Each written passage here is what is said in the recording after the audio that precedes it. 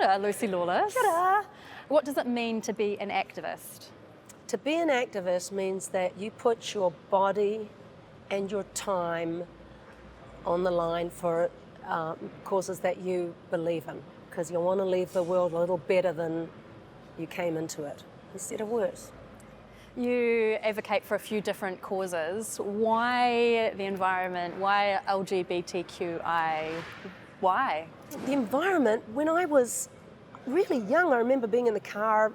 I don't think I was much older than 10 because I was still riding ponies at the time.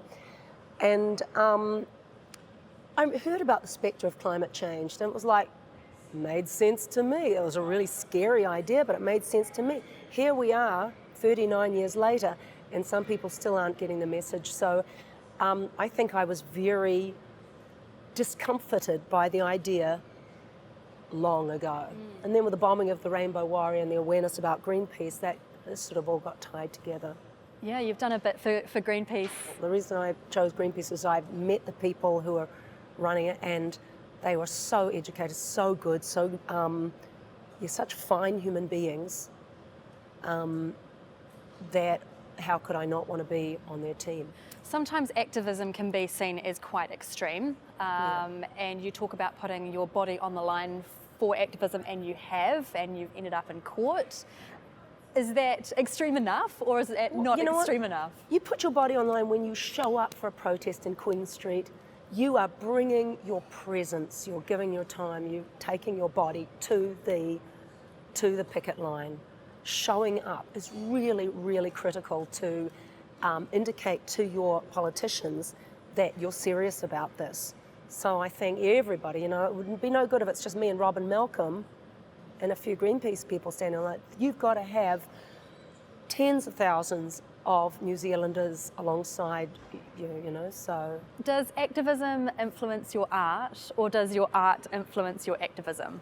I realise I'm probably more of an activist than an artist, actually, because unless I care about something, I can't really excel at it. I'm going through the motions. If I'm just doing it for the money I've done jobs just because it was in such an interesting location, like Louisiana. I went to film in New Orleans, and that's when I got stuck in Hurricane Katrina, which also sensitized me to climate change very much.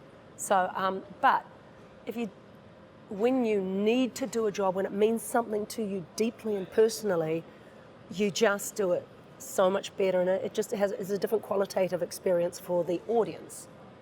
That's why this kind of, I think, is particularly successful for me, because I feel like there's activism, something I care about deeply and authentically. Do you think that activism and art should have a message? I don't think art has to have a message, honestly. Sometimes the message is beauty, the message is celebration. I guess that is a message, to celebrate. It doesn't have to be serving somebody's agenda. Happiness and beauty is its own agenda, and that's okay. The industry is taking a little bit of a change, particularly after the introduction of the new government. The Hobbit law. Oh, okay, you're ahead of me on this. Okay, this is all new to me. Okay, so what they're doing is they're going to be able to reinstate collective bargaining for actors. When that was first introduced a few years ago around The Hobbit, actors couldn't negotiate their contracts and were getting paid not so much. And so in the first 100 days, the Labour government have said that they're going to reinstate collective bargaining for the actors. What do you think this means for the industry? There'll just be more discussion. You're going to have hui before everything. And also I think that employers are going to have to be very clear about contingencies. If things come up, like you can't always foresee what's going to happen. If I suppose you make allowances for force majeure or whatever happens, but you're going to have to be very clear-sighted and have good communication skills. Should there be a minimum wage for actors on sets and on stage? I think there should be not just a minimum wage, I think there should be a living wage. A living wage for people, as in I employ people. I never pay them the minimum wage. I remember doing that once in America because my accountant said they set it up, that's what you pay. And when that person left for another job, I thought, this is a terrible idea. Why? I don't blame that person for leaving. Minimum wage, especially in America, is not acceptable. They can't live on that. It's not respectful. And I actually do not mind having less so that I have loyal, committed, happy employees, personally. And you have a better work environment. I love that. Like Little Island, the ice cream company, they have a living wage. I think it's really healthy. It's good for society. Less stressed workers who can, send their kids to school and not have to have a second job. It's just better for society. Well, that's me anyway. It's hard for artists though, isn't it? Because art isn't necessarily the easiest industry to make money in, whether it's a painter or an actor or a singer or it's we need it. We need entertainment. We need, who was it was saying, if you're, it might have been Churchill. They said, we're not going to war to protect art and sociability or whatever. He said, well, what are you going to work for, to war for? That this is the culmination of a vibrant society must have this, have art and storytelling running through it. So we communicate down through the ages. What is the industry like for you, especially in the wake of the Weinstein discussions and what's been happening with that? Yeah. I just feel like, well, I never met the man. I've not moved in those circles, and now I'm just so super grateful. What does it mean? I think it means a good clean out and long overdue, surely. I've never had that happen in a work environment myself. Don't know why. You gotta go, is there something wrong with me? Hashtag feminism. But it happens to strong women too, Yeah. It's not that I'm have a special quality that inures me from that kind of behaviour. I don't know why, but I've worked with good people. I work with my husband. Yeah. Well, maybe that's why you work with your husband. A lot with my husband. It's the secret, right? Yeah, I'm not like floating out there begging for a gig. Lucy Lawless is our guest today. We're in Pleasuredome. Yeah. Why? How? It's a weird thing, isn't it? That Pleasuredome was a show. My husband Rob has been wanting to tell this story because when he was a young man, he got swept off on a night, the wildest night of his life, and he was a kid from the Midwest, and where there were drag queens and outrageous behaviour, and he thought it was the most sort of scintillating, nutty experience, and he wanted to give that to the world, and this is where it has transpired, right here in Pātiki, off the northwestern in Auckland. It's about giving people a great night out, but it's a bit of wish fulfillment because we didn't get to go to New York in Studio 54 in 1984. This is your chance, to come and have that experience with no regrets the next day.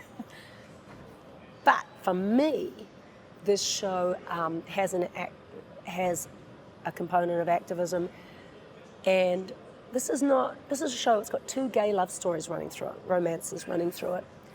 And the audiences have been really positive about it. But it's not a show about gay people for gay people.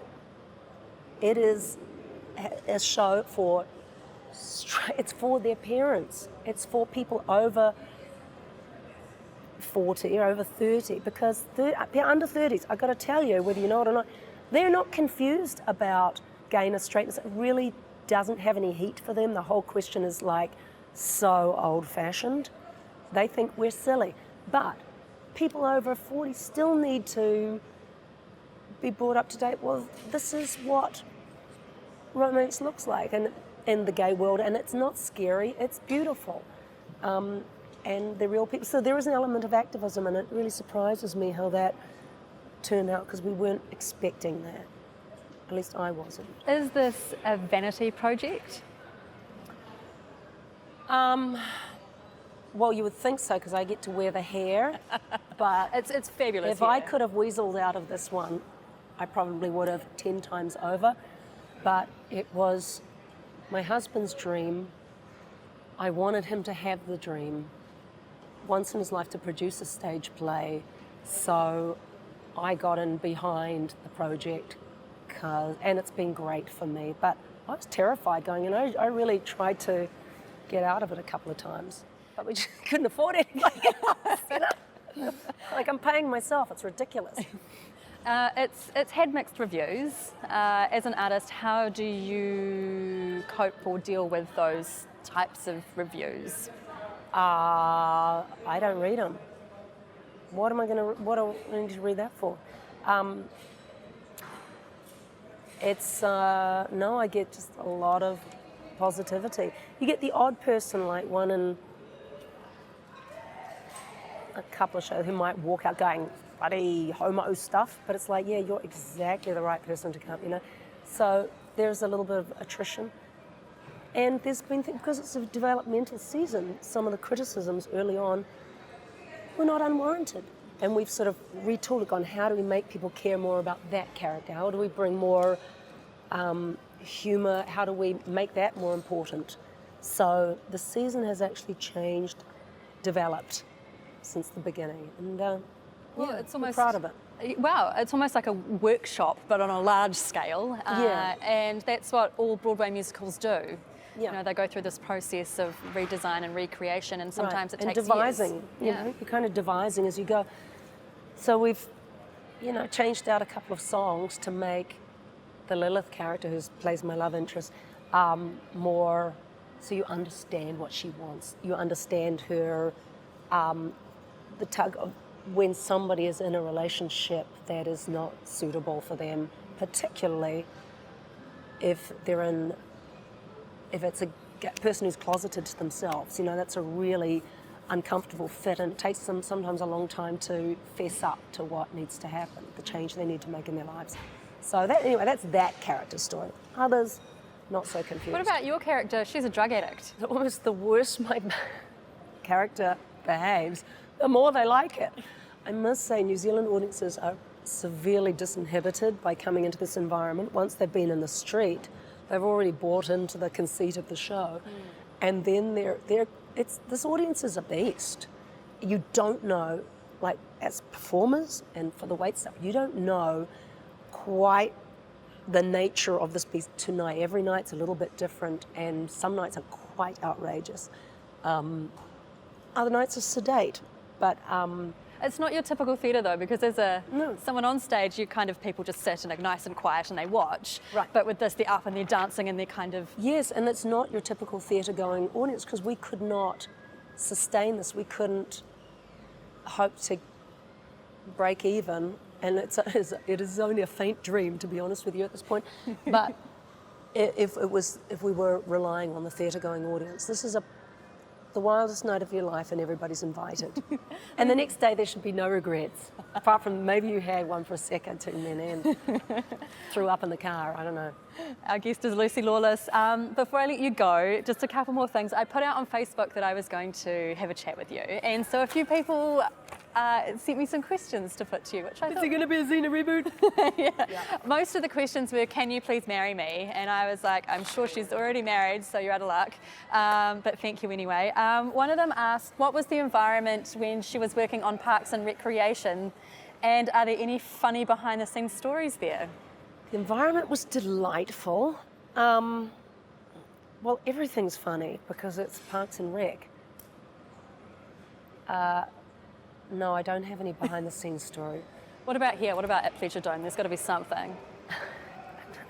All the really outrageously funny things happen on serious shows, and like on Spartacus, there's truly outrageous things happening backstage on those ones, and I can't tell those stories in polite company.